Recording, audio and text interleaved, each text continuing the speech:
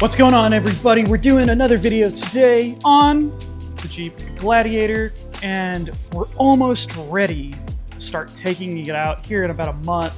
Get out on some trails. We've got some photography stuff I'll be teaching, and I'm gonna be out in the backcountry for a long time. So we've done some cool stuff in the last couple videos, and today is really simple, but it's a very common question I see. How can I mount my tent? What load bars are you using? And there's a lot of really good options. The problem is, for me, they're all either back ordered or they're not gonna hold the tent. So today, we're gonna build our own.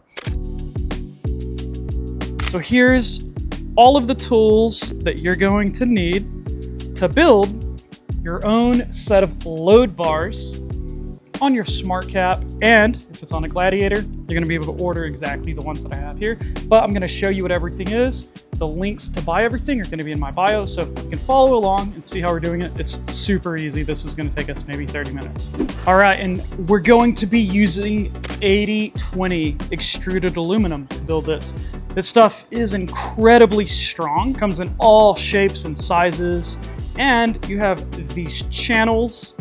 You can get it wide, you can get it narrow, you can get it really long. I got this pre-cut at 48 inches because that's almost exactly the channels on the SmartCap. So at least on our install on the Gladiator, everything you see here, it's literally everything you need to turn this into a load bar. So since I'm doing 3 bars, I need 12 of these right angle 1010 series corner brackets. Over here, we have our T-nuts, these T-Solt nuts. Now below that, we have these little squares that are threaded. You're going to need M6s to go along with all of this. And then finally, as far as tools you're gonna need, this is actually it. I have a 2.5 millimeter Allen, and that's to pull our end cap right there. There's a itty bitty little Allen up there holding that cap on. So that's what that's gonna be for. So then you're gonna need a 5/32 Allen. If you're running, you know, the same bolts. If you get a different bolt, then you might need something else. But I find that this works really well. Okay, so the first thing we're gonna do is those little corner brackets, we want to loosely mount those in the channel. Before we get on top of the truck, we have 10 of them, supposed to have 12, but we want to loosely mount those in the channel so it's easier to work with on top of the truck. All right, so now using the correct hardware, we want to put these feet on before getting on top of the truck. It's just going to be a lot simpler in the long run. So slide one of these into your channel, take your little L bracket, your little corner bracket, and line it up. And it's so simple. This is just like Legos. Okay, now that we have our feet loosely mounted on our rails, it's time to get on top of the Jeep. So next up, we need to pull our little end caps off. And those hold your speed nuts in. And that has the channel where we need to slide those speed nuts in to mount all this too. So you'll see we have a tiny Allen, that's all that it is. And that's what our 2.5 millimeter Allen is for.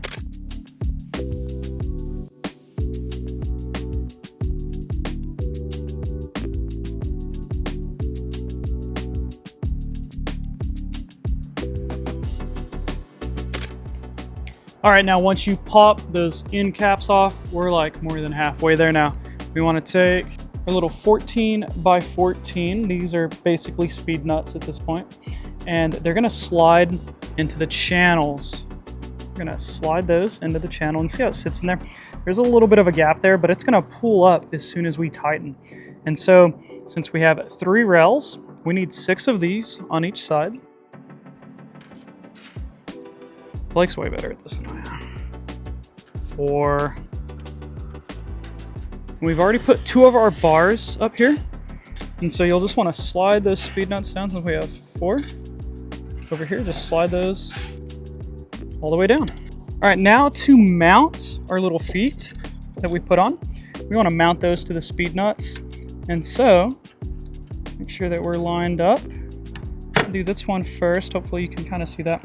And sometimes it's useful to line it up with the tool first. So now I have the Allen key going through the little corner bracket and that speed nut. I'm going to take that 16 millimeter Allen.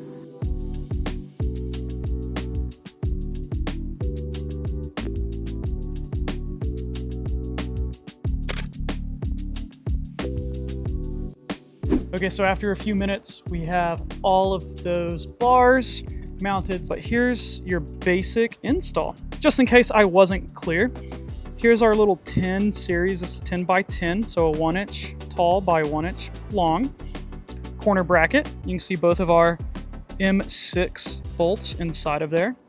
And then right here, you can see the little T-nut that slides in that channel. And so if you were to loosen these edges that bolt to the channel, you can slide the channel all the way off and those little corner brackets would stay in the rails. It's really lightweight, incredibly strong. It's gonna make a great load bar to hold the tent. All right, so all 3 bars are mounted up pretty flush and level. They're looking really good. They kind of look like they came with the SmartCap. And now for the very last thing, this is the finishing touch. I also got these on Amazon. It's a pack of end caps. And remember early in the video, I said that all of the 80/20 stuff is sized based on series. And so this is a 10/20 series end cap. So 1 inch tall, 2 inches long, and comes with some little automotive push tab fasteners.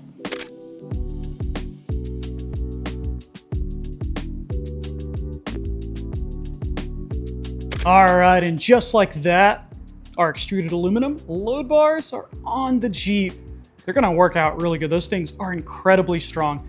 Hopefully you can just watch the video and check out the links in the description for all of the parts and everything that I bought. I'm trying to make it easy for you. So anyway, I hope you got some use out of this video. Let me know in the comments what you are building with your extruded aluminum, and we'll see you in the next video.